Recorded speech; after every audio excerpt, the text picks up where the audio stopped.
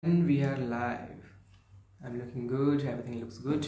Let's bring our guest today.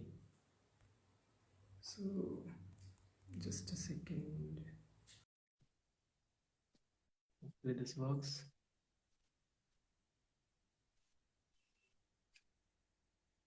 Wow, I'm looking yellow again. Mhm. Hello, Mukesh. How are you doing, man? I will just invite him once again and we should.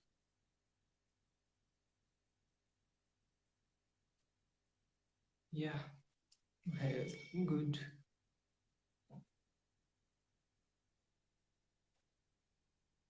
Is it the camera or something? Let's change this. Yeah, okay, so how to invite him?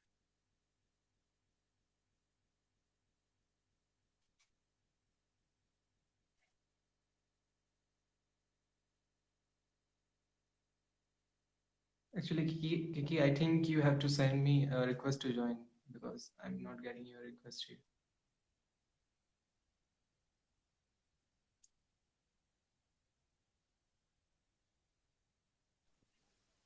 Hey, buddy.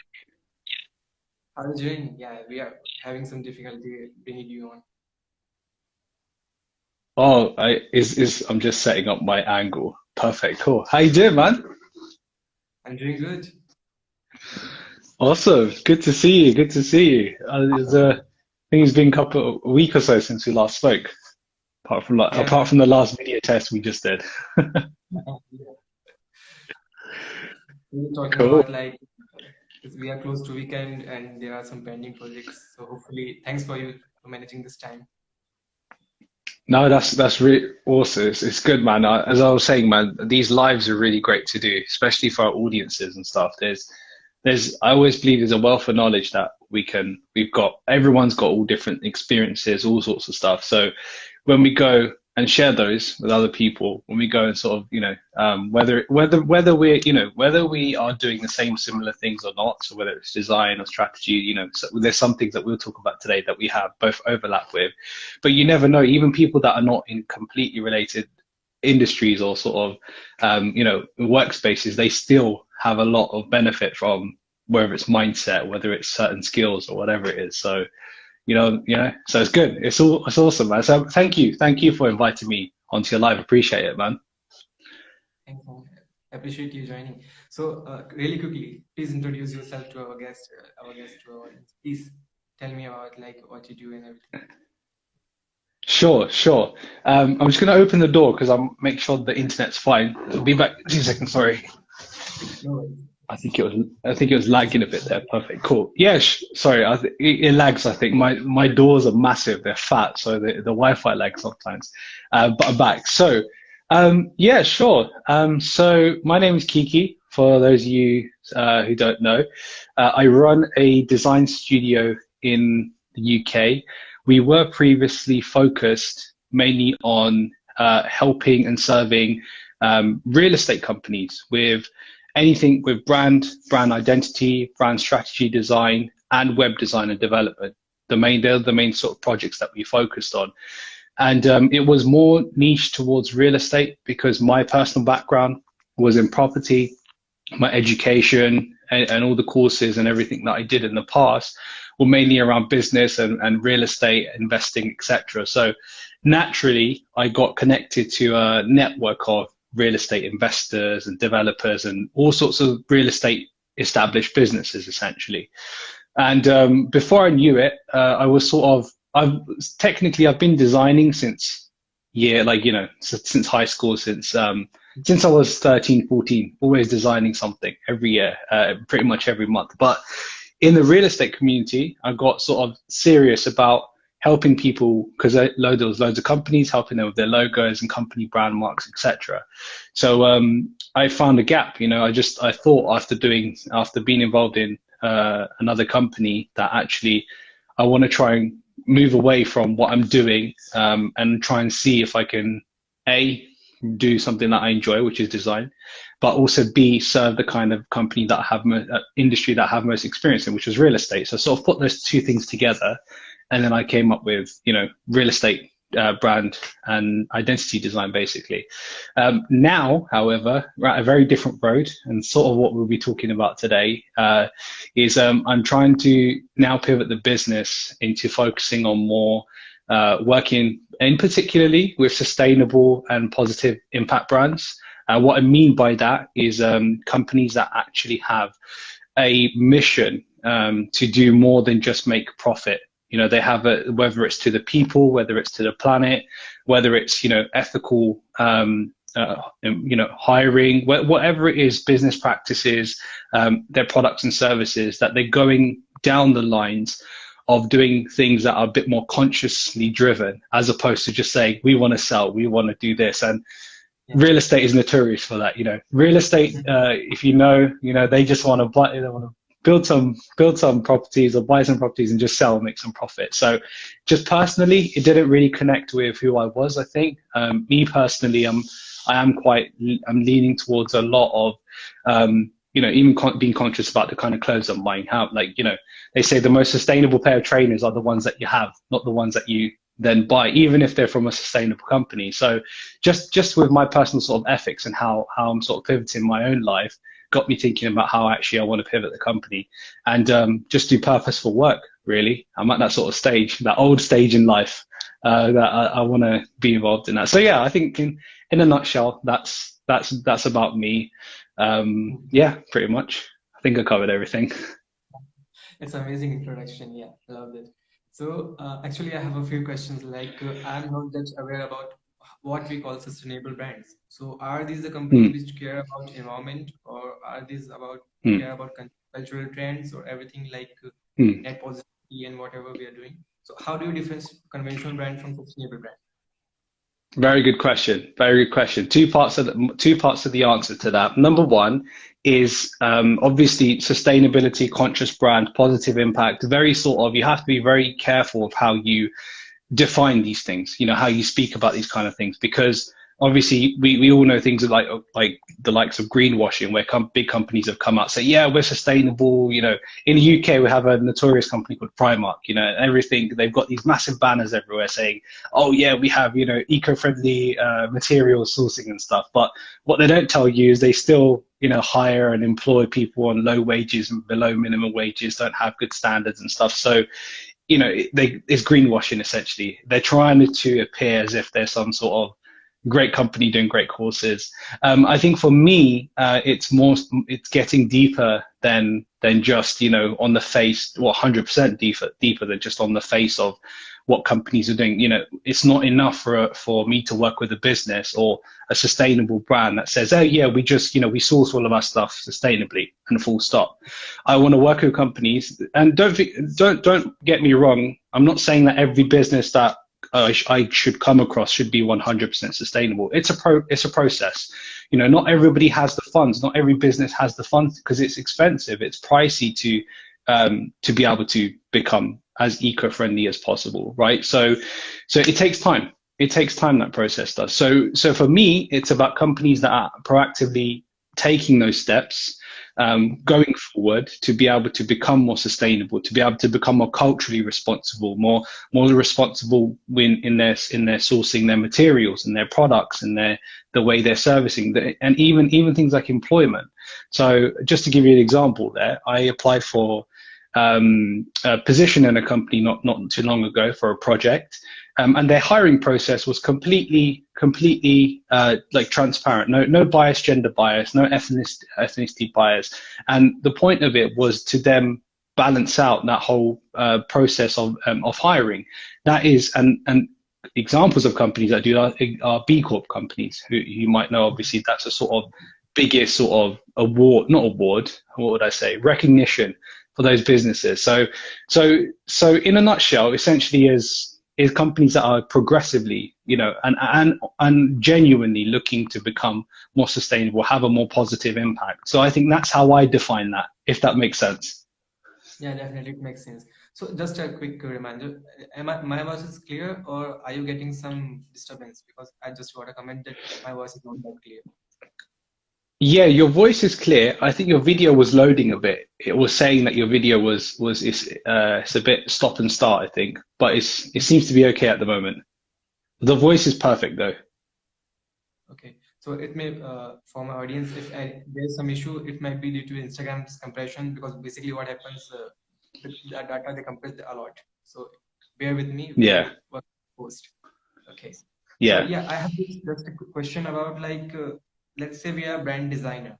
So Hmm. we are, let's say, a simple designer, we do not do strategy. So is there any way that we can influence the companies to go sustainable? Is there anything we can do? Like how much say Hmm. do we have in that process? It's a good question. Very, very good question. I think, you know, when it comes to, all right, there's two parts of this. There's A, if you're trying to persuade a company to go sustainable, which I think is a much harder sort of sell and a job. And that's not the position that I want my business to come from. You know, we're not going out there and trying to sort of force people or enforce it on people that you know, you should become sustainable, etc. It's more for us. It's more for companies that already have this sort of ideology and already have this understanding that hey, we want to work to progressively becoming a better company for not only the people but also for the planet to have a positive impact. But coming back to your question there, the second part of it is I think it's very difficult to achieve that without strategy, and the reason why is because everything is purpose driven, right? When you're just designing, if you're just a like freelance graphic designer per se, right, and you don't necessarily do things like brand strategy, the reason why it's difficult to put that in, to conceptualize that, right, is because you need to define the purpose behind it. What is the reason behind X company is deciding to do this? What is it trying to achieve? And when you're doing a graphic design, you don't go that deep. You know, like we get graphic design projects where people just want something designed, and it's as far as here's the information, here's the pictures, here's the details. If you could design it for us, you know, so we wouldn't be in the right position there to be like, hey, you know, we think you should do this with your business, and it's not coming from the right sort of perspective. So I believe that strategy is crucial, absolutely crucial, in order to even, again, first part is it's crucial for the company itself to be already in that mindset. That's not our job. We can obviously inspire with the work that we do. That's not to say, you know, the work that we'll share, the work that I will do can obviously inspire businesses, but that real decision has to come from within the company. Because if it's us sort of enforcing it, it's almost like we're trying to change the business model or the business, you know, or, that doesn't work. You know, that's not what we are. So yeah, basically. So again, hope that answers that question. Definitely, you covered a lot. So basically, for anyone who's watching, who's just starting out and is a designer, so how would you differentiate between strategy and design? Like, what is brand strategy? Mm, very good question. Okay, the design is I could put this very straight and simple, right? The design is obviously we know is the visual, right? Is what the visual is, what the message is going to send across. You know, however deep we get into design, that is what design is. The strategy is the objective, is the purpose, is the meaning, is the pathway, is the plan, is the actual the higher element of what this is working towards. Now, I'll give you a prime example. Let's say I'm a business owner, right? Let's say I launched a business without a business plan first and foremost, right? And then I got a product, or so let's say I'm doing an FBA, right, or Amazon or whatever, right, making a brand, and I ordered some stuff from China, and I'm just selling that stuff. So I'm just going to run some Facebook ads, right? Just out of nowhere, just going to run some Facebook ads. Now, those Facebook ads have no purpose. They have no brand story. They're not going to have any customer brand or brand loyalty. They're not going to have any reorders. No one's going to recognize what that brand is. So if from a business perspective, you're going without a plan, you're just doing things, you know,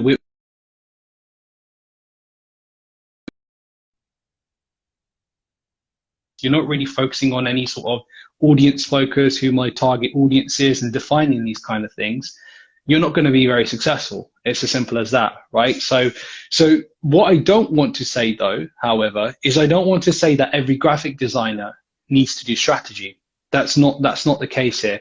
There are professionals in every, in every part of a job. So some can do strategy and design, like myself. My obviously background is in a lot of my most of my experience is in design, so I can do great design. However, in the last 3-4 years, I've been working way more on strategy, right, and working with companies on strategy and focusing on the purpose of design, and that's what I call it. So my agency, we don't just design, we focus on the purpose of the design. What is the objective that we're trying to achieve with these designs? And that only really comes from strategy. It's very difficult to, I mean, you could say what the objective of a design is. An objective of a design might be to get someone to convert, someone to sell, someone to come to an event. Cool, no problem. But what is the whole, mantra? What are we working towards? So I think that's what really sets you apart.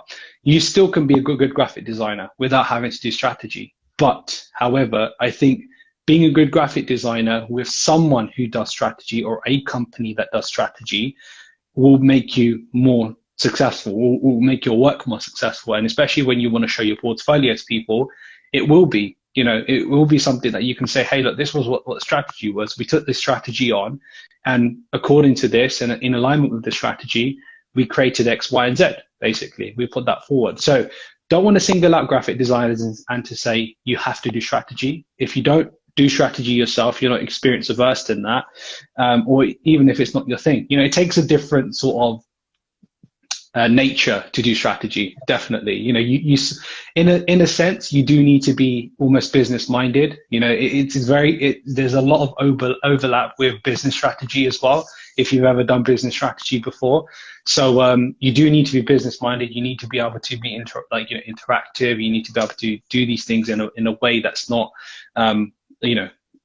unuseful to the client. It needs to be useful, and you need to be able to know how to get things out of them. They're deep sort of obstacles and goals, etc. So yeah, so don't have to do strategy if you're a graphic designer. However, if you want to get deep with a business, work with someone who does strategy for sure, if you want to just stay focused on graphic design. But if you do want to do strategy, you like that, then 100% I would recommend anybody to pick that up and learn it. Definitely. It's a wonderful answer. And I agree with you. Like everyone cannot be a strategist. It's just like giving a therapy to the business, and you have to work. Yeah. I think it requires a lot of empathy from your part. And as a lot of creators are introvert, it may take you feel hard to you. Like when you are doing strategy, you have to get the words out of there. You have to dig deeper. It takes a lot of energy and effort. So everyone is not, we can say, suited to become a strategist, but it's a really important process in doing a branding. So let's suppose so I just started a year ago. So what would happen with me that I would basically do a discovery session, and it was a simple questionnaire which I would send over to them. Either we will fill it together, or they fill that form and send over to me. So what does the strategy helps, and what differentiates it from discovery process, like simple questionnaire? What's the difference? Yeah, sure. Good question. And actually, when I first started doing strategy,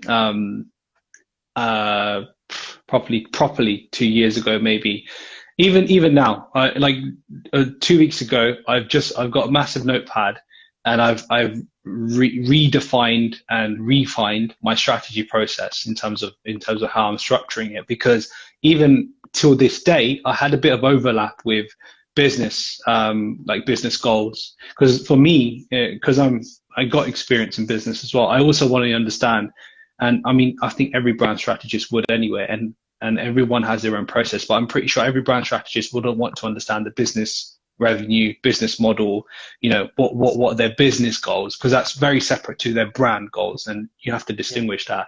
And what I had some of the business stuff in my brand strategy workshops. So for me, it felt okay. But I've got some feedback from my clients to say, it would be quite useful if that was in a separate, because then they don't have that sort of confusion of, okay, are we talking about the brand now? Or are we talking about the business? So this is the structure that I do, and I can clearly tell you. So discovery for me is a very very initial phase of me understanding, just understanding, us having a chat, me understanding your business and your brand, right? So I don't necessarily call it brand discovery or business discovery. I specifically call it discovery. or project discovery, basically. And the reason why is because I have overlap of business and brand.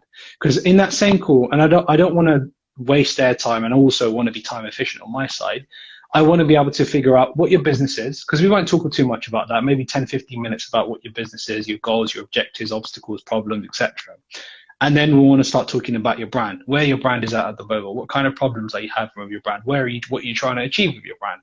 So that for me is a discovery. It's finding out the what, the why, etc. on a very verbal basis. There's no notes taken in discovery for me, apart from if it's something really important that might come up in strategy. And discovery is almost like the brain dump, basically, for me. That's a process that I take. For me, my objective is I need to understand what this project is. I need to understand what this project may need. And I also need to understand how I'm going to lay out this strategy session, the workshops that I have coming up. So that's the main purpose for me. For the client or customer, or client in this case, for the client, it's important for them to know that I'm not just looking to whack up some sort of funky design for them. I'm interested in their business. I'm interested in their brand. I genuinely want to know what their problems are. And also it builds this sort of authority that actually, I'm me as a client. So if I'm the client, I might think I need branding, or think I might need a website, but actually I'm working with a brand strategist who's going to tell me that actually, it might be useful for us to think about renaming. It might be useful for us to think about revisiting your mission statement. And if, let's say, if they said, oh, we know our audience, this is our audience, this is our niche.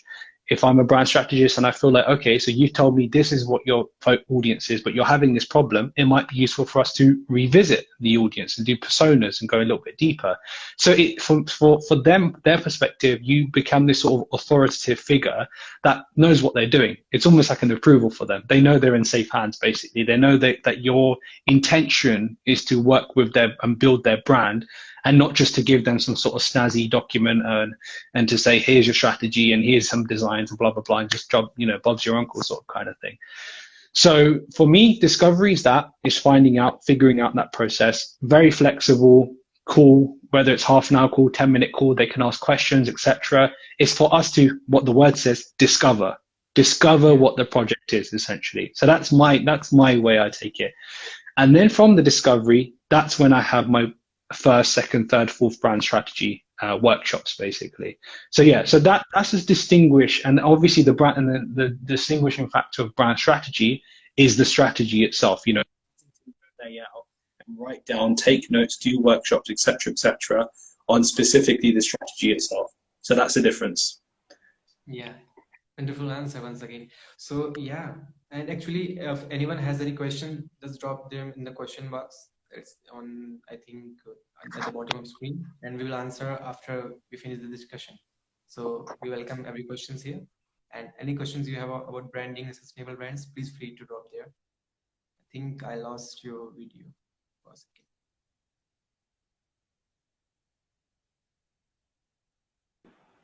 Yeah, actually, we Awesome. lost your video for a second. Perfect. I think, one second, my headphones have disconnected.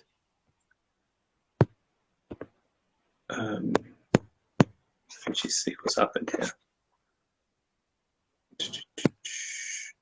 So anyone who's watching, just give me a hands up or throw an emoji like if you can hear me properly. So I'm trying to talk louder so that everyone can hear me properly. That might be the issue with the Instagram live. Can you hear me properly? So anyone here can throw an emoji. Oops. I think we lost him again. Just wait, guys, everyone. Okay, thank you, Selena. It's great to know you that can still hear you. Yeah, I will move a lot closer to the phone. Actually, my mic is not working with my phone, so we have to bear with this audio quality. No worries on that part. Okay, great. I think my headphones are disconnected, but it's fine. I can hear you from here. So yeah, sorry, continue. Sure. So I was just saying that anyone who have any questions about branding strategy or like sustainable brands, please drop in the comments or in the question box. After we finish the discussion, we'll go to that and we'll try to answer every question. Okay. Perfect. Sounds good. Yeah. Actually, about the brand strategy, we were having, I think, the discussion in the pro call that difference in the process. So most of the people first do like what we call culture, attributes, values, vision, etc. before doing the user personas. And what my process is basically, I do the user persona first. We try to get to understand their customer better first. Then we focus on how we can target them and design the mission, vision, and values and all the voice and everything based on that. So, do you think this affects like this should change from business to business? Let's say for a big company, it doesn't matter like if your personality comes through the brand or not. That's what I Mm. usually think. But for a smaller solopreneur brand, it is really necessary that your voice, your attitude, your values come through the brand. So what do you think? Is it that this Yeah, should be like brand focused or should it be the customer focused? it's good question. Very, very good question. So what I thought was quite interesting there is that you, just correct me if I'm wrong, but I believe you said that you focus on the audience first and you do like personas and stuff. Okay, cool, interesting. Now, I do it the other way around, and I'll tell you why I do it the other way around. Right. So first, and because brand strategy really, even over a period of 2, 3, 4 years, is an iterative process, especially if the company is new. If the company is new, they've just started out 1, 2 years in business, it's very likely that brand strategy is going to change over time because they're still in their development stages of their business. Now, coming back to what I was saying, so the reason why I do the audience personas right towards the end, first we do their company mission, vision, values, their purpose, etc., their statements, and all that kind of stuff. The reason why I do that first is because I want an understanding first and foremost, and this is not in terms of us finalizing the brand strategy document, which is what we give them at the end. This is us in the process of the workshop. So in the workshop, let's say workshop 1, right? If we're doing the vision, mission statements, etc., I want to know from their perspective, and for an interactive exercise, what they think their mission statements are, what they think their vision is for their company, what they think their purpose is, what they think, and we're starting to add other things because obviously we're doing working on sustainable brands, their responsibility and ethics as well, basically. So my interest is more for people. My interest is more for understanding the company's. Understanding the company's understanding of their own mission statements and stuff, or their own sort of perception, basically, and then from that, then working towards, okay, so this is what you perceived your mission statement to be. This is what your focus is. Then let's see if that works in alignment with the audience that A, you think you're targeting, and B, what the audience targeting really is, because obviously we help as part of that doing research and development as part of figuring out the audience, and then we recycle to that process. We come back, and the reason why we do this process, it's not really to either prove anyone right or wrong. It's more so to make sure that we get it correct, as opposed to anything. Because at the end of the day, regardless of how much of a great brand strategist you are, or business strategist, the person that understands the business of the brand the most is the person themselves, the company themselves, right? They know what is in their head for their ideas, etc., etc. For these sort of, for the future, for the short term, medium term, etc. We can't, some people, like for me, I have all these ideas for my business in my head. But if I was to work with a company who was maybe rebranding, I would only say specific things initially, because it's like, this is what, but actually, once I start getting into strategy, I start opening up, start to do these sort of things. So we want to make sure we really get that correct in alignment with where they want to grow. Then obviously, maybe redefining or not redefining, but rejigging their mission statements and stuff from the first sort of sessions. And then being like, okay, yeah, 100%. Now this is where we want to go. And the other important thing is like, if it's a big company or, let's say plus 10 employees, right?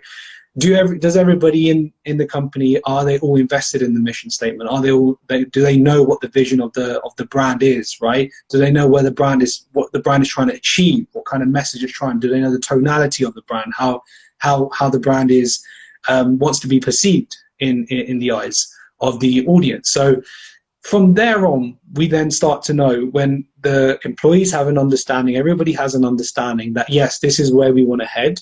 And then this is the people that we need to target for this brand, because the brand wants this kind of growth. And that's why I do it that way. and don't get me wrong. As I said, every strategist has their own process, and that's not to say your process is right and my process is wrong, or vice versa. It's more so to say, for me, it's like I want to close to 100% be as perfect as possible, and make sure that I'm not making any mistake in misunderstanding their audience. That's just what my belief is, and I just want to do it in that way. Essentially, it's not to say, again, that yours is right, I'm wrong, etc., etc. Yours may work perfect. You may have such a well-versed ability to understand and foresee things that actually you get your audience correct on the first go. But for me, in terms of my experience, I want to double check that. That's just me and my nature. I'm a very pragmatic. I want to check things 2 or 3 times. Even when I'm leaving my flat door, I've got to check the lock 3 or 4 times before I go. I'm not the kind of person lock gone. So I think it's a definitely character trait as well. So that makes a difference in that kind of in even strategy, essentially. Yeah, I think these are the 2 ways to go to a similar goal. So there's no discussion on that. But I think we can change the process a little bit depending on what brands we are trying, like doing strategy with. Let's say a brand knows who their audience is first. Then we can go with the user-centered approach and align their business goals to their user goals. And if the brand is new and they have, let's say, a unique brand values and personas and everything, then we can integrate that, do that to their values, mission that first, and then we can target the audience later. But I Yeah. think it depends on the audience. Yeah. Yeah, definitely, 100%. And even company to company, like you can even have instances where some businesses have their audience like perfectly targeted. It's just their brand voice, their brand tone. So it's like sometimes you can have a situation where 50% of the brand strategy is already complete, and you have to fill in the missing plugs. So it's very dependent, isn't it? It's very variable, and this gets into things like pricing. It's very difficult to price something for me, especially. Even sometimes I need to go into a full discovery before I even price something, and that's where my process is flexible sometimes as well. So a discovery might even go up to an hour. So I could literally give someone an hours of my time for nothing, depending on what the client is, what the project is, where I think the scope is. In order to understand it properly. So, and there's all sort of factors. I'm just going to get my wired headphones. 2 seconds, yeah? Sure. Welcome everyone here. So just again to repeat myself, if you have any questions and if you want to ask anything about branding, strategy, and Web 3.0 sustainable brands, just go either ask in the comments or just drop in the question box. It will be better if you drop in the question box so we can go there and answer it correctly. Okay. Can you hear me okay with these? Sure, I can hear you better. Perfect, good, awesome. So yeah, so should we talk about the new thing, Web 3.0? Yeah, sure. So this is really going into should we do this? Should we answer some brand questions and then go into Web 3.0? Maybe, because obviously we're on the topic of brand basically. Okay, so I have questions from Marco, and let's bring up this question. How to start branding for local businesses? Should we target new business or old one? So please go ahead if you have an answer. So repeat. I missed the last part of that question. If you repeat that question again. I think, can you see? Oh yeah, I can see. I can see it. Yeah. So how to start branding for local businesses? Should we target new? Okay, interesting. I wouldn't say there's a specific target for new businesses, or I would say there's a preference for me, especially, and this is through experience. New businesses, most of the time, especially from a mindset perspective, aren't always the easiest clients. And you might have experienced this, I've experienced this before. It, again, depends. It could be a new business of someone who's had 7 businesses before, right? But if we're talking about literally a new business from someone's first to second business, the first things is they might be restricted on budget, right? They might be not experienced enough to understand the value of brand, and they just want a logo, right? There might be people that don't value websites. They think they can do things the old school way, and it's just like word of mouth and that kind of stuff. There might be people that think that, yeah, I want all this growth, I want everything, but when it comes to actually, putting the money forward, they don't realize that actually this is going to cost money. Like, and you can get trapped in all this kind of stuff. And I've before I've got trapped in this kind of stuff quite a few times, but now I'm experienced enough, I believe, to sort of pick up on these indicators initially and be like, okay, I feel like this client is going to be low budget. When I give them the first quote, they're going to be like, there's going to be some sort of excuse or something. And I know that straight away. So mentally and in terms of time, I don't give much to those. And that's not to say that I don't want to give. Obviously, those people are not ready for things like, and they shouldn't be. They shouldn't be at that point of time. They shouldn't be spending 2, 3, 4, up to 10K on branding if they've just started their business, right? And I wouldn't be an advocate of that at all. If my mom or dad started a business and my dad was talking to me the other day, he's like, Kiki, we should start something, do a business or something, because he's getting towards the retirement age. So he's thinking, he's saying that, but like, let's say he did that and he started action and someone charged him 10 grand for like a brand identity and stuff. I'd question that. I'd be like, did you understand the client? Did you actually realize that they are at the beginning phases? So it's almost about being ethical as well.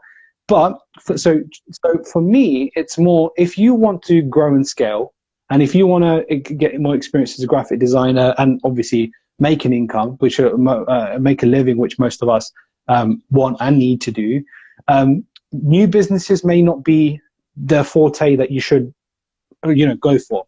Now, at the same time, established and big businesses aren't also your target, right? And this is especially if you're starting out.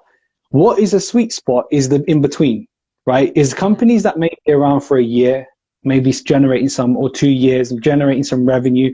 That's the important thing, generating revenue, right? Generating, might not be profit, doesn't necessarily, I mean, you won't know if it's profit or not anyway until you get into things like brand strategy and stuff. Mm-hmm. But generating revenue, maybe, so for example, a company that sells supplement products. I'm working with a supplement business, for example. A company that sells supplement products, they've been around for a year and they're selling 100 bottles a month, every month or so, or 50 bottles a month or something through e-commerce, right? Example, company that's making money, it might not have an established brand, which might be opportunity, right?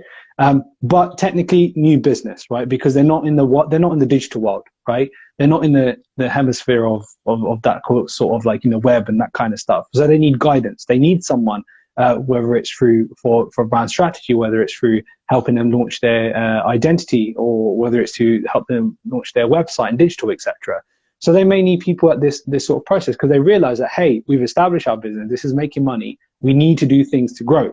We need to do things to scale. But this whole, I wouldn't say culture, but this whole sort of target on startups, it can be challenging. I'm not saying it's not doable, definitely is doable. And I know there's startups out there that fund money, they get loads of, they raise, and I was part of a startup too, so I know this whole process. Companies fundraise, they get like 150, 200, up to 700, nearly $1 million in raising money. And people think, okay, we can target those guys, right? But at the same time, don't forget, some of those people that are starting startups may be experienced. They may already have networks and connections that they want to bring on board. And I'm just saying this again from my experience. I know that the CEO that I worked with, he brought his friends on board, right? The people that he knew could do marketing, who knew could do design and stuff like that. So if you don't have that sort of, it's a bit of a chicken and egg situation, because you need experience and you need, something for your portfolio to show that you can give, value and you can provide value. But at the same time, it's hard to get that. You initially think that new businesses might be easy target. But in my opinion, I don't think it's the easiest. I think it's the one that I've just basically gone past that new sort of business phase, in my opinion. Now, the other thing that I would want you to look at, that I would advise you to look at, is company size, right? If you are going for a startup, right, or startup that's been around for a year or two, whatever, don't try and go for a startup that has funded for like 500K, right? Maybe don't even go for a startup that has funded at all. Maybe go for a startup that's a small family-owned business or a mom and pop shop style business, but they're doing well. You'll find tons of these on Instagram. just go and hashtag type in small businesses or something like that, and you will find businesses with 5,000 followers, with 10,000 followers, who've got a website and who look, because of their product line and how many products they have, to be doing very well, right? To be doing okay. So it's important to realize that actually, it's not mainly about should I target a new business specifically. It's not mainly about should I target a big business or who I target. It's more about, again, analyzing who that client is, basically going a bit more deeper, right? As I said, you could land a new startup job, but that doesn't guarantee you that you can do it again. So what I'm getting to is, I don't want designers or strategists to get into this sort of mindset, specific mindset, that startups, because they're new, they will be easier to get, or they may be easier to get, but they might cause you a lot more problems, right? And they might haggle you down, and because you need the money, you agree with it. But in my experience, they are the worst clients, because you haggle them down. And this is something important. If you haggle down, if a client haggled you down, so by like reduce your price, so like you quoted 5K and they said, oh my God, that's ridiculous. Do you know, man, I'm a startup. Like, okay, cool.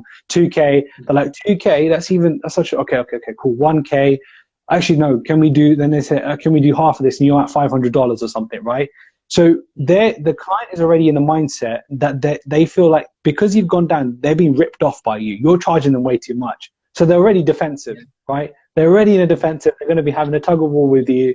They're already getting defensive. So it's not a great place to start, basically. It's not a great relationship to continue on. So I start picking on those things early on. So to sort of summarize your question, branding for local businesses, don't necessarily target new businesses. I'm pretty sure there's many local businesses that aren't new. You walk your street, you might have businesses that have been around since 1950s. You can walk into there and say, hey, look, I realize that your mark, your brand mark and everything it'll be, if you have a professional face, you have a professional brand, this might be good for you. How does this sound to you, etc. And whatever your pitch is, basically.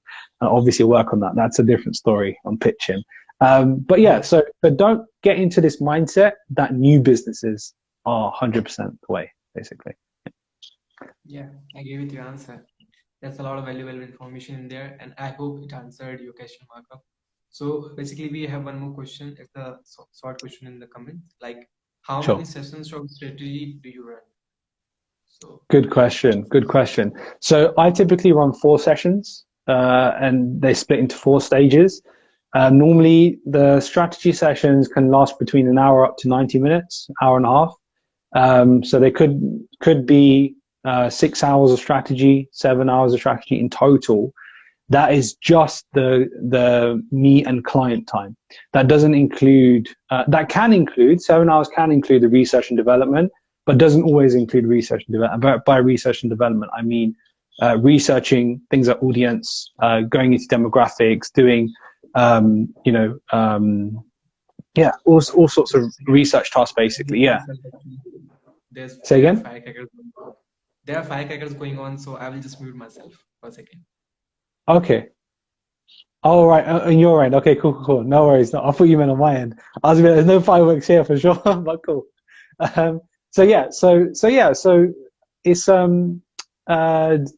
7 hours, 4 sessions basically in total, and split into 4 stages. And those stages are normally, so we do brand discovery, not brand discovery, brand mission, values, vision statement in the first session.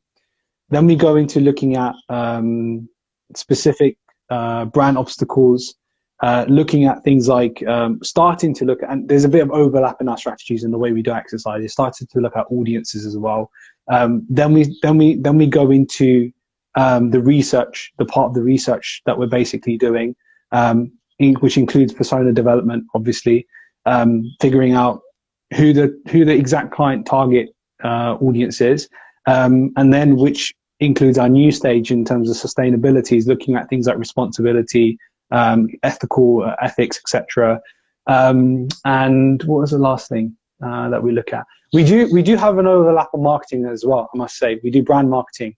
I was very torn whether we do this or not, but I think it's quite important.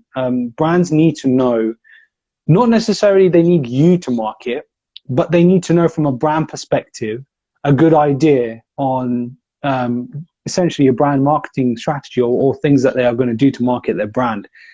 Not everyone can do this because not every brand strategist has marketing experience. As again, I come from marketing, I come from a business experience background.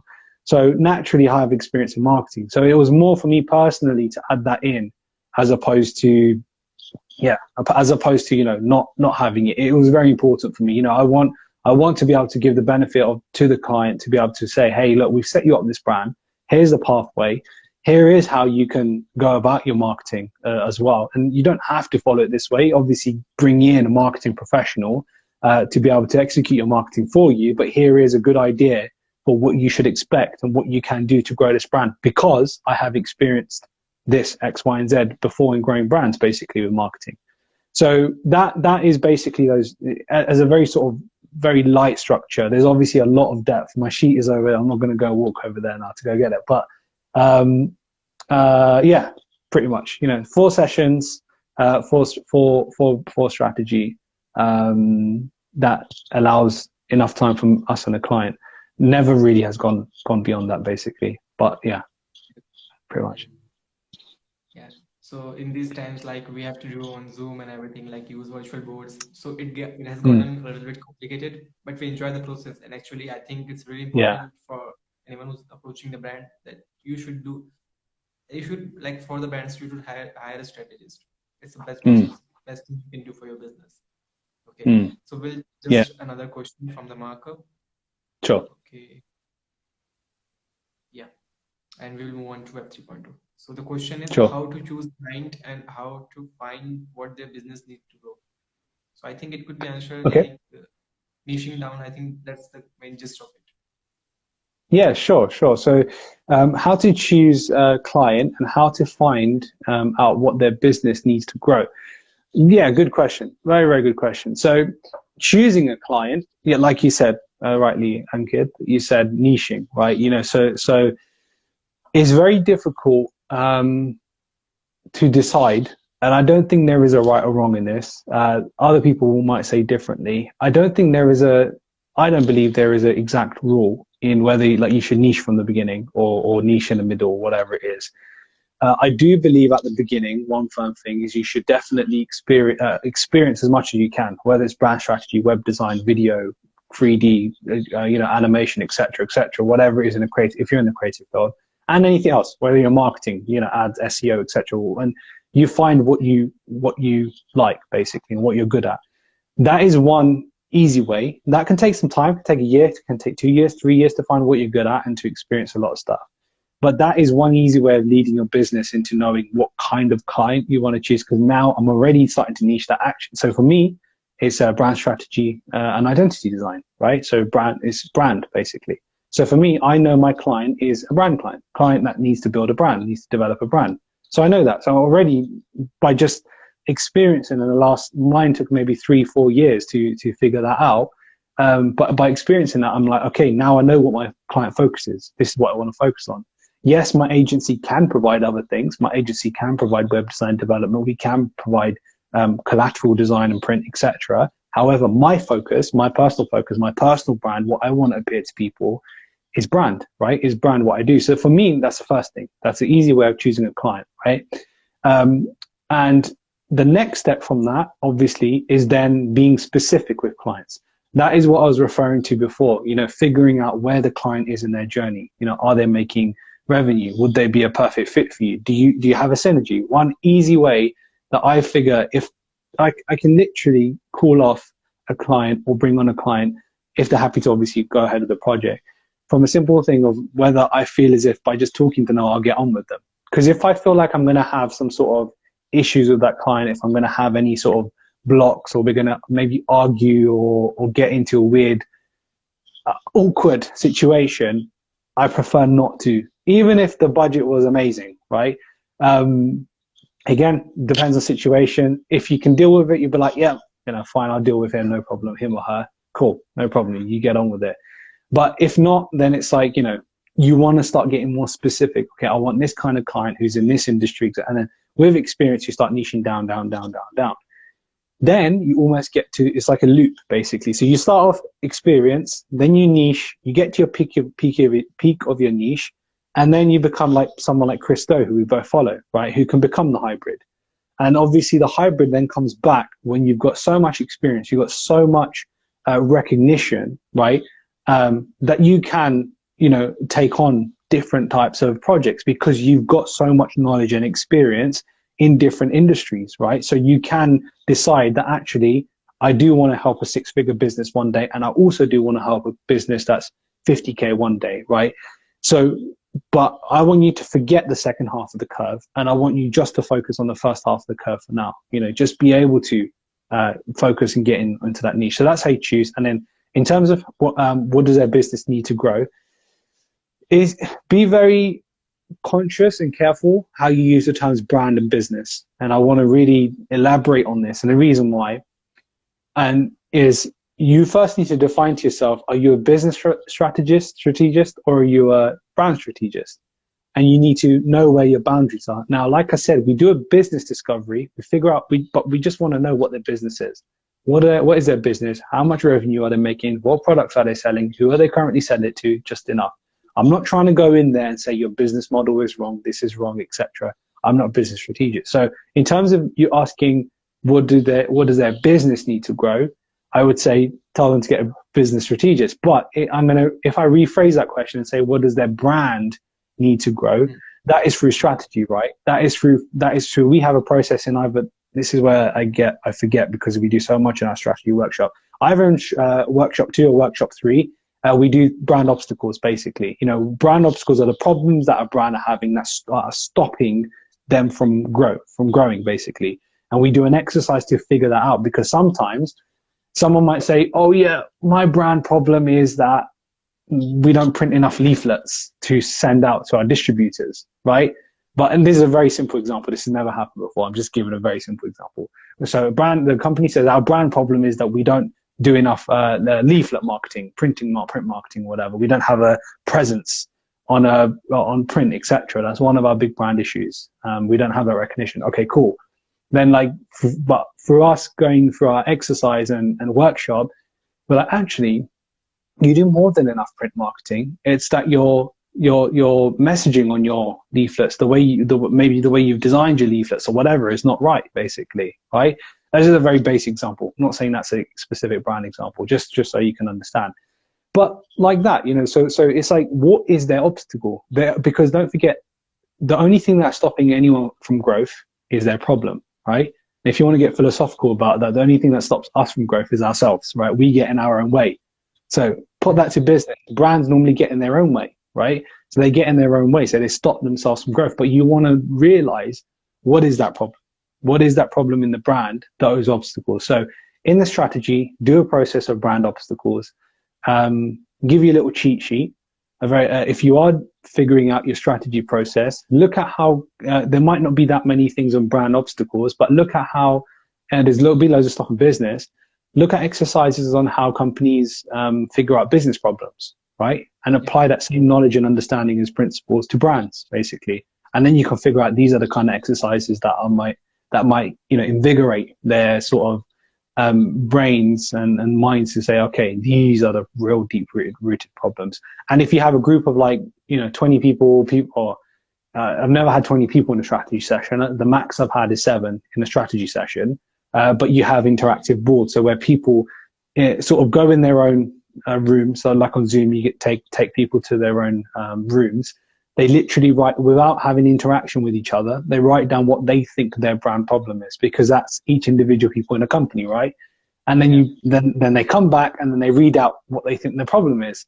And then if you realize that if everybody's got a different problem, you've got massive things to solve, right? But if you realize that actually, there's 2 consistent problems that pretty much everyone has said, then okay, this is easier to solve, basically. Yeah. Thanks for answering. It was really helpful. I hope the Marco has got all his answers. And yeah, actually we have one question from Alejandro, and I will just bring it up. So it's about how to get bigger clients for branding projects. Cool. It's the $1 million question, Alejandro. $1 million question. we're still working on bigger, whatever you define as bigger. But to tell you, like, just to not to give you like out and out inspiration, but look, when I first started my process, the logos, right? I initially used to charge. My first logo project was literally £10, so around $12, $13, right? Literally, and that was me spending a good 4, 5, 6 hours for, if you divide that, that's like $1 an hour, right? So that's obviously me right back in the day, right? And then slowly, it goes from 10 to 90. Then it went from 90 to 300. Then it went from 300 to 1,000. And now we're around the marks of charging for just like brand brand mark design, of charging 2K just for the brand mark. If we're doing brand strategy and brand identity design, we're quoting projects for that need to be in the regions of 10K. Now, that is obviously the ideal. However, that's not to say that happens at every time, because we are very specific with how clients come across. So, for example, we may have a referral that comes across that we know is from a good friend, right? We know that they either might bring us repeat business. And this is where you have to be very versed in your sort of business experience, that to say, actually, this client could, and very likely, if we do this one thing, so for example, we had a cafe business, we knew that every year they're gonna keep printing brochures up. Restaurants and cafes update menus every 6 months, every year, right? Yeah. So we know we're always going to have consistent ability to be able to charge them for projects. So for us, what we did is, what would have been a 10K project, we brought down to around 7K basically. So we gave them about 3K off, but that's because we didn't tell them that we gave them 3K off, but that's from our perspective in saying, we know this client is a repeat client, is a client that's going to keep coming back and back again. And that's what we've had. We've had so many, all of a sudden, not only do they want to repeat, they want more stuff because they're growing. We need these burger flags. We need all this kind of stuff. We need all this kind of stuff. So that is, a way of being able to build, that ability to be able to get a bigger project sort of kind of stuff, is those things that you do. The second part of it, is it happens naturally. It happens with your experience. It happens with growth. I'm a firm believer of everything comes at the right time. So if you're trying to land a 50K project, a 60K project, 90K project, whatever it is, right? Or 6-figure projects, and they're not working for you, then it 100% means you are not ready for them. It also means that the people that are out there making those decisions also believe that you are not matched for this sort of kind of project. So I don't want to put any sort of, don't want to dishearten anyone. You can, I'm not trying to say you can't go and get a 6-figure project. You definitely 100% can. But at the same time, you also want to look at the practicality of that. A practicality of that is, what is your experience? What kind of businesses have you worked with? What have you helped them to achieve? Are they companies that have gone into nearly six figures or started 6 figures, because of your brand identity project, because of your brand strategy, whatever it is that you're providing to them, right? So that is, in my opinion, how you get bigger clients. It definitely happens naturally as you grow. You sort of start to figure out these kind of things in terms of how to price, how to negotiate with clients, etc., etc.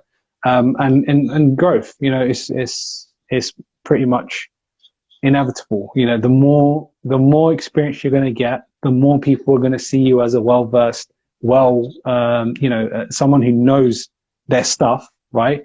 So the more likely you're going to get people with big brands that are, because don't forget, big projects with big budgets, with big brands, their very one thing is fear, right?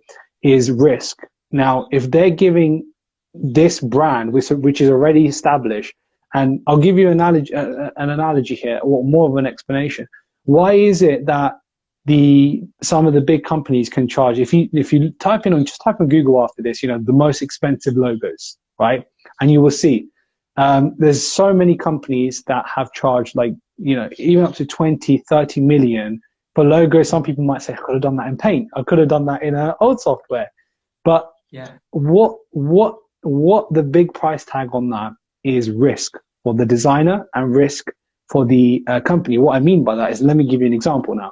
If Adidas tomorrow decided to rebrand, change their crest, and they got someone on Fiverr to do it, right? On Fiverr, they said, why the hell are we going to pay someone £5 million when there's some guy on the other side of the world who's happy to do this for $50?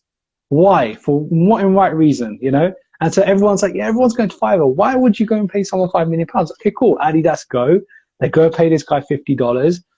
Completely misses the mark. Doesn't understand the audience. Doesn't do any strategy. Just go straight to design. Just design something that's fancy, that's nice.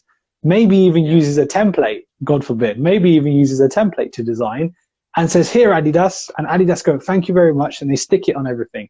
Now, imagine how many products Adidas have. How many prints, t-shirts, tracksuits, swim, whatever, trainers, whatever it is, right?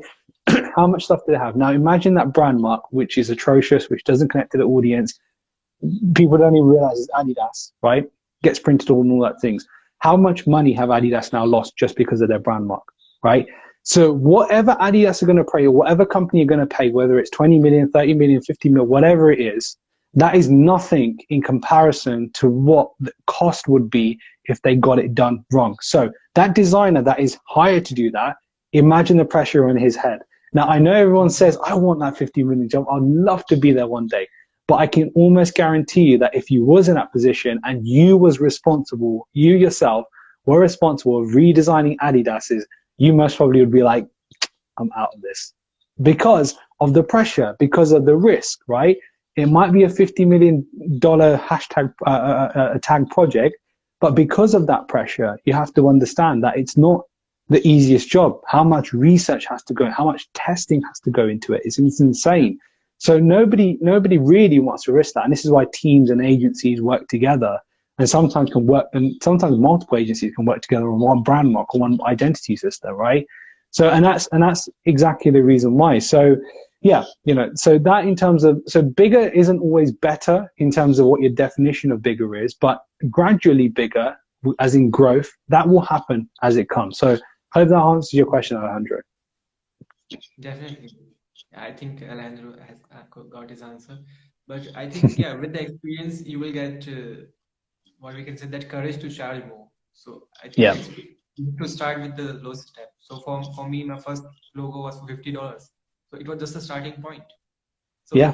we all start there, and then we slowly, gradually start our charges, and then, and I agree with you, like bigger price, there's a lot of risk. You have a lot of collaterals to deal with and a lot of business goals. So there's the pressure there. Okay. Definitely. I think we answered most of the questions. Cool. Web 3.0. Yeah, Web 3.0. I'm excited for this Awesome. part. Okay. Tell So, yeah. you. I think what I'm going to do is I'm going to switch it. I'm going to ask you a few questions, if that's okay. Cool. So, but firstly, when you say Web 3.0, what do you think, and what do you think of Web 3.0? What do you think it means? What does it mean for us all, etc.? So I have a very limited understanding of what Web 3.0 is. So I learned this term from the pro group community that we were talking about, and after the meta thing happened, the Facebook metaverse and everything. So I was looking to like where we are, and we were trying to do a startup on this, but it not worked out. So for that, I was looking into like how it's going to expand and what could be the future would be.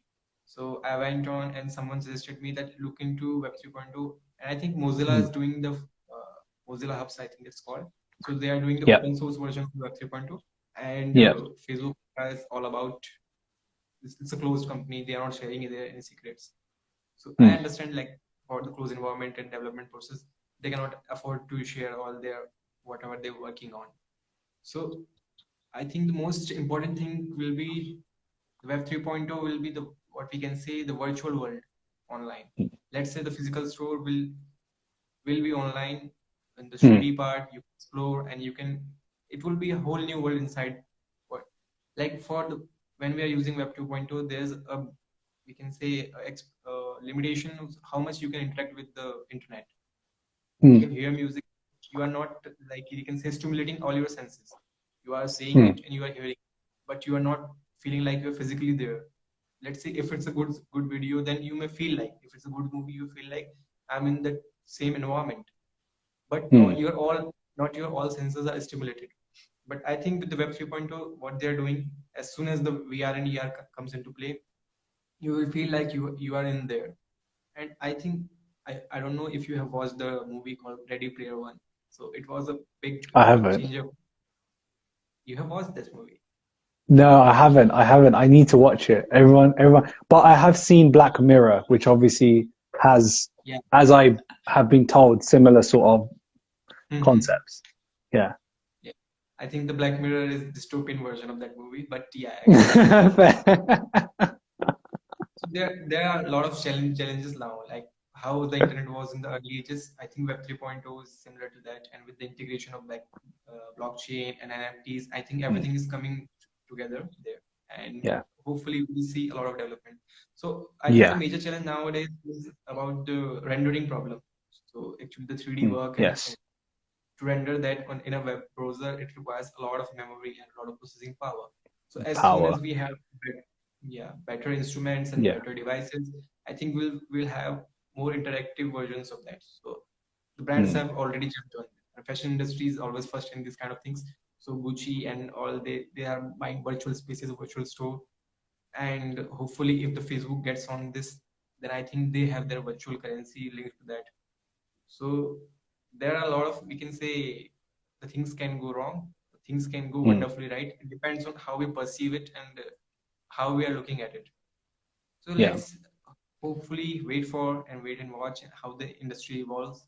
Web 3.0 will be a, I think, really game changer after the Hmm. web internet.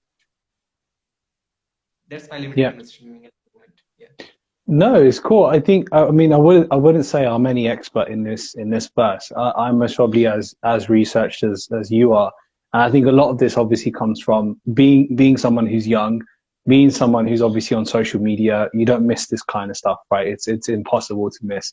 And what you quite rightly said, there's quite a few technologies. Obviously, blockchain being the biggest thing, the blockchain technology. Then you've got things creeping in that some people are hearing. You had first obviously we had crypto, and then NFTs, and then all of a sudden we had metaverse, right? Then we have Web 3.0, and then you sort of start to figure out actually these things are all sort of coming together and will work, in collaboration with each other, if anything, to be honest with you, to become what we now know. We should. This is what this is what this is my understanding of this. We're already in the digital world, regardless. We're already look, we've never met each other, but we've already spoken a few times. We're already friends, right? We will continue to keep in touch. We'll continue to, whether it's do lives or talk to each other. Now, without me having to meet you, I've literally made a digital friend, which is even though you're a real person, I've already made digital. We're already engrossed in our phones, whether it's for building a brand, whether it's for that you're addicted to social media, whether it's for you running your business, whether it's for work, right? We're working on a laptop. Most of our jobs are on laptops. Even the most manual labor guys are now using devices to make their job easier. So we're already in a digital world. Let's not get that wrong. That this whole space is going to digitalize everything. Everything is pretty much already digitalized. Now, the difference is with where Web 3.0 comes in, we have, and the other big technology actually we didn't mention is, Lost your audio for a second. oh, can you hear me now? Yeah, now we can hear. Yeah, cool. Perfect. So what I was going to say is there's one actual key technology that we sort of missed as well. It's like artificial intelligence, it's augmented reality, obviously, and AR, VR, etc. All those kind of things, right? They're all sort of coming together to be able to formulate this next stage. So now Web 3.0, especially with artificial intelligence, blockchain, the idea of decentralizing data, decentralizing a lot, you controlling what you have and you put out there is going to change a lot. And it's very interesting to see the company of not interested. It's not surprising that we see the big companies sort of like Facebook forefront taking this, Facebook, Google, and all these kind of stuff. The guys that have the most data in the whole world, right? these giants, obviously they're going to grasp. They're the ones who have the money to grasp it, right? They're the ones who can put the resources in place. But the one thing that I do want to say is the world definitely right now in the place it is does not necessarily have even the natural resources or wherever it's energy, like you said, computing power, processing power is a massive thing, right? For this to go ahead full steam, not 24/7. I don't think it's going to be 24/7. This sort of industry, but I don't think it has that sort of power. I mean, we're in an energy crisis. I mean, in the UK, we are. You know, energy is soaring up to 50%, nearly up to 60, 70% in the UK as of now, right? So people that were paying £100 are nearly paying double, some of them, right, a month for simple energy. So like if you're telling me that, you know, we're in that stage that we could be doing this in 2 years, I would definitely put a bet on myself and say I don't think that will happen. However, what I do see happening, and I think this is how it will go ahead, is elements of and benefits of things like, you know, metaverse, things like artificial intelligence, etc. Elements of that will obviously, I mean, they're already in our lives, but will more prominently go into our lives. Now, obviously, the metaverse really sparked up a lot of, you know, heads and stuff. Everyone's like, oh my God, we're going to start living in these digital worlds and stuff like that. But, you know, for use cases like an office, right? If people want to have a virtual meeting as opposed to going on Zoom, that's a fantastic use case. Why not? If you can sit, you can put, if your company provides headsets, you know, that's a different thing. If you're expected to go out and buy headsets and stuff, that would be very expensive. But even for companies providing a headset, that's a lot of money. You know, if a business has like 500 employees and an average headset costs $450, that's a lot of money they have to put into, you know, buying their employees' headsets. So it's not a thing that I think is going to happen that instantly. It's a progressive thing. Like you said, we got to see how these things pan out and how they start integrating into our lives. You know, artificial intelligence is another one, very sort of controversial topic. You know, we know the likes of big capitalist sort of corporations, like, you know, even Elon Musk and stuff, you know, with his company of Neuralink and stuff, you know, putting the chips in the brains and stuff. You know, everybody has their opinions on it, whatever it is. I'm not a person to go and, you know, talk bad or yeah, you know, do either or basically on each individual person. But at the same time, you know, there is social responsibilities, and that's where, like, I personally come from in terms of sustainability side. There is social responsibilities big companies have. You know, there is a lot of stuff that they need to think of before they start doing this, and that's in my personal opinion. You know, whether my personal opinion is not going to change anything of those big companies, right? So I'm not going to sit here and start giving those sort of opinions out. However, at the same time, things like artificial intelligence and stuff can be used in a positive manner for things like in the medical. There's a lot of use cases in the medical for artificial intelligence, right? Where we do have a lot of lack of, I'm not trying to say we trust robots to do operations and stuff. That's not what I'm saying. But to make specific operations and decisions and whatever it is possible, the use of technology, even things like the COVID vaccination, whatever your opinions are on it, you know, the way technology has evolved now with the intelligence that we've got, with the artificial intelligence especially, that the use in terms of getting those vaccines rolled out and whatever it is very different to what it was 20 years ago.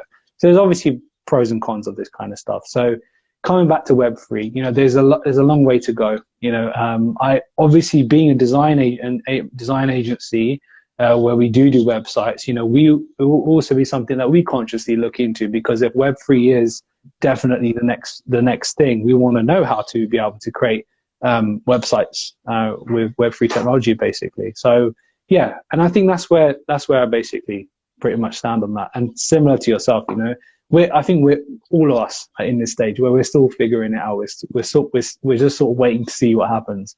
No one's an expert in this field unless you're right involved in it, obviously. Mm-hmm. Yeah, Yeah. I agree with you. Like, there's a lot of work to do there, and I think we are slowly making the transition. So I was very excited when we could integrate the 3D stuff into the websites, like Mm. using the logic files and all that stuff. So I was very excited. Like, we are slowly moving in that direction.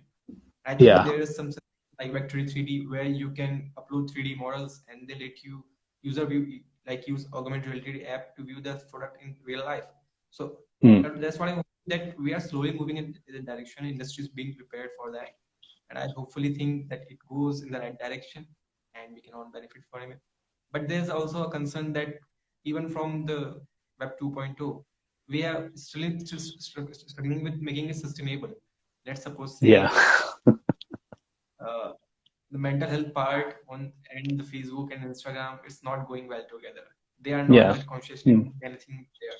And with Yeah. the 3.0, I think we are opening a lot of new problems for us.